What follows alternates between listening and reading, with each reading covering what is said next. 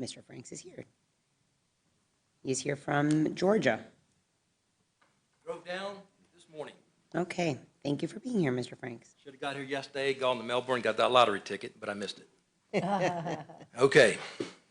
My name's Doug Franks. Like I said, I came down from Atlanta.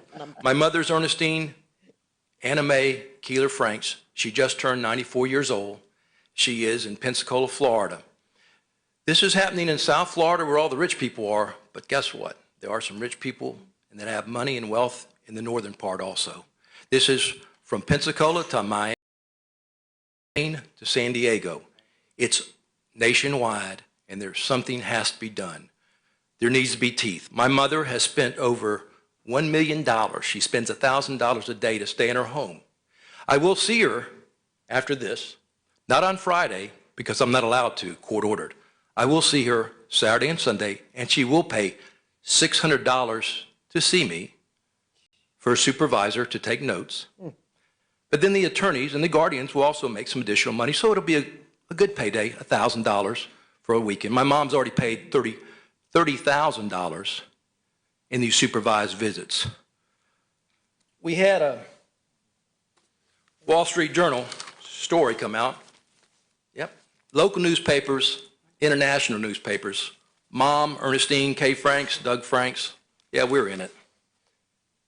That's why the guardian and the lawyers are no longer the guardians and lawyers. But what they did on 11/16/15, they handpicked a replacement. Not only a guardian, but a guardian and a trustee, one and the same. So what this does is flies in the face of what is trying to be done with the House and the Senate for transparency and stopping this predator guardianship. And I want to make this clear. Predator guardianship. Think about a child predator. They're no different, or the elder predator is no different. It is an abomination. They're not human. I mean, I'm upset, and it shows. I'm sorry. Anyway, we need more teeth. This is a great start. There's a Paul Bunyan, I think, in Minnesota. There needs to be a Nancy Detert statue here in Florida, because she is a giant of a woman, and I'm proud to even be next to her right now. And everybody should really look up to this great woman. Self-made woman, impressive. That's kind of about all I have to say. You know, we want to have some type of language. The last thing I will say is this. The rules of civil proceedings shall apply in guardianship hearings. This one line would prevent predator attorneys and guardians, and there are a lot of them, from denying family members the ability to protest guardianships, particularly when they are adversarial. And boy, they are adversarial. We're kept away, fresh off the press, updated.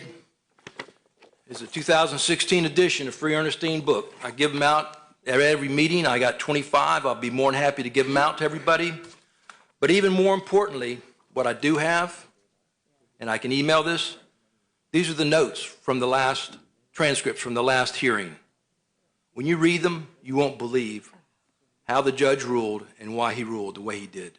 With all the evidence, a third-party stranger was given guardianship of my mom along with trustee. I asked him, do you know what's going on in the state of Florida right now with guardianships? His answer was, in here, no, I don't keep up with that. I also asked him what the difference between health care and home care was, and he said, I don't know. I'd have to hire someone to do that, to tell me what that is. Oh, and he does charge $250 an hour. So we got some bad people. With social media, with the TV, things have happened. It's been exposed.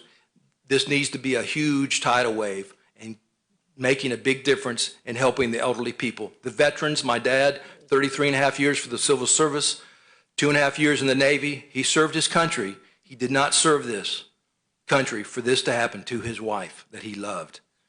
She does not understand why I cannot spend the night. She does not understand why I can only be there for 3 hours. There's many things she doesn't understand, and I won't tell her because it will break her heart. I hope next time I come, My mother will be here with me. I want her here. Thank you very much for your time. If there's any questions.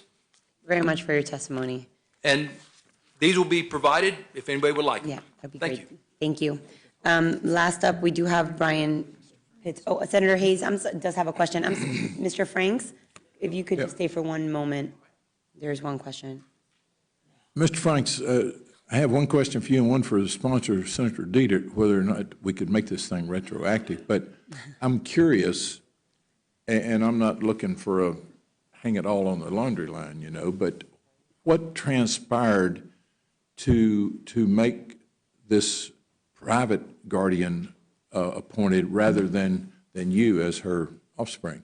Well, I was the person that was appointed in her advance directives. We had all that. We gave that to the judge. But what happened was my brother thought it would be best if we got a guardian, a non-family guardian for our family. We went to court. My mother actually went to the Northwest Florida Memory Clinic in between the first and last day of court. The neurologist stated Ms. Franks has the capacity to make the decision who her guardian is, and she understands ramifications. That was given to the judge. But the judge can't ignore it, and they do. Advanced directives, they're meaningless. They are meaningless. So my brother has told me, and he stated in an affidavit in the last court, this was the biggest mistake I've ever made in my life. I forgive my brother for making this mistake, and it was a huge mistake. But there is forgiveness in my heart. But there is not forgiveness for people that worship greed, the money of the greed. It's not acceptable. And as the lenders of the first person that talked, there's plenty of predators. But there's nobody going to be marching in Selma over a bridge to help these elderly people. Is your brother also under the same restrictions that you're under as far as visitations concerned? Actually, more. He cannot even call my mom. He's not allowed to even call my mom on the telephone. And again, we can't see my mom 7 times a year, all the boys, her 3 sons, only 7 times a year. And I will state this is very important. The last time I spoke, it upset the guardians and their lawyers that they upped my mother's medications of Zoloft because I spoke out. And, you know, I'm never going to stop speaking up.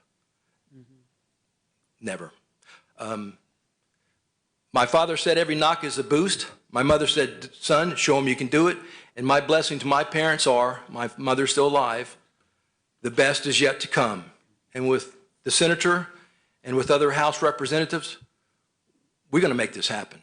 I'm in Georgia, but I grew up in Florida, and this is just as much my state. And 94 years old, it's definitely my mom's state, and she should have a say, and she should be allowed to be free. FreeErnestine.com, that's the site. Thank you. Thank you very much. Madam Chair, you're an attorney. I'm certainly not. Does this gentleman have no appeal privileges to a higher court? Yeah. Well, I mean, it's no. That's why we're trying to fix this through Senator Detert's good work. So Wow. Thank you. And we have one more appearance card. Sorry, Mr. Pitts, if you could come up and be as brief as you could, that would be greatly appreciated.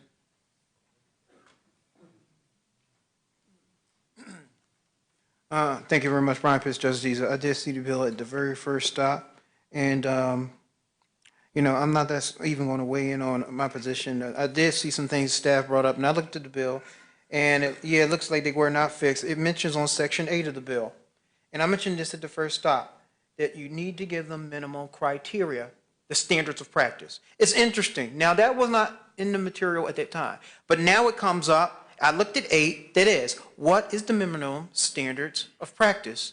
You must give them guidelines. And of course, yeah, it's non-delegation. Now, I'll deal with that on many bills with you concerning that. Now, the chance of you getting sued for, we understand you probably what's the luck and chance. Don't let it be there. Now, in this particular case, since this is important, I think you need to fix it. And again, you'll see that on page 10 at the bottom. They are on point. Then it talks about the funding of the public and private. On page 11, talks about they have 482, and then it says it is unknown at this time what would be needed to consider when estimating the cost of regulation. Yeah, you got 821, you got 621, you brought this amendment here today, but then here again on page 12, again, you're doing the public and private. Here's the point, you got to get this right. You don't have room for mistakes. You really don't. So if you need to stop, you need to stop and take time and look at this and think about it. Don't just, okay, well, we'll just give it our best shot. You ain't got time to give it your best shot. Ain't no shots left. Page 12. You talking about October, again, staff again, related issues. October 1, you want them to finish with their FAC. And they got to get with stakeholders, other associations. If you know how the FAC process goes, I'm going to tell you right now, all the stuff you're asking for the executive director to do and all those rules with stakeholders and associations, they are not going to even be closely done with FACs. And again, remember, they can't have the meeting just here. Others are involved. So they got to go to Tampa area, Key West area, get input from all these people to get the right rule. Then maybe if the rules are challenged, you still won't have a rule. Then here it is. This is never going to be implemented because you won't have the rules. October 1st is not enough time. You're going to have to look at this again. I'm sorry. I'm not trying to put it down. Mr. Pitts. Members, we're back now on the bill as amended. Do we have any other questions? Any other questions? Do we have any debate? Any debate? Thank you. Oh, Senator Sachs. Thank you, Madam Chair. I just want to thank the Senator for bringing this. You really have established a legacy in your years here, and I think this will add to it. Thank you for doing this. Senator Detert to close. Well, there's so many facets to this you can only imagine, and I won't go through them all. What Mr. Franks said, he has a salient point that I forgot to make. Florida has the strongest laws in the nation, and we have this mess. Every other state has a worse problem than we have. I read an article where somebody in Nevada went to the county commission and said, can't you do something about these guardians? Unfortunately, you know, the world changes and the way people do business changes, and ordinary, competent people, they have advanced directives. They filled out all the proper legal paperwork and they think they're safe, and they're not safe. So the Department of Elder Affairs and the governor have been very supportive of this. They probably didn't start out that way when we first threw the bill out, but they have recognized the need, and Secretary Verghese came to my community. We did a seminar, 450 people showed up. So the need is statewide, and the department is willing to implement the rules and make this happen and make us have the strongest laws in the nation regarding protection of the elderly. So I ask for your favorable support, and I thank you for taking up the amount of time you took with this bill. Thank you very much, Senator Detert, for this great bill. Will the administrative assistant please call the roll on final passage of CS for Senate Bill 232? Senator Abruzzo? Yes. Senator Bean? Yes. Senator Clemens? Senator Hayes? Yes. Senator Huckel? Yes. Senator Legg? Yes. Senator Margolis? Yes. Senator Sachs? Senator Stargell? Yes. Senator Bradley? Yes. Madam Chair. Yes, and by your vote show the bill passing. Members will go now. We'll go to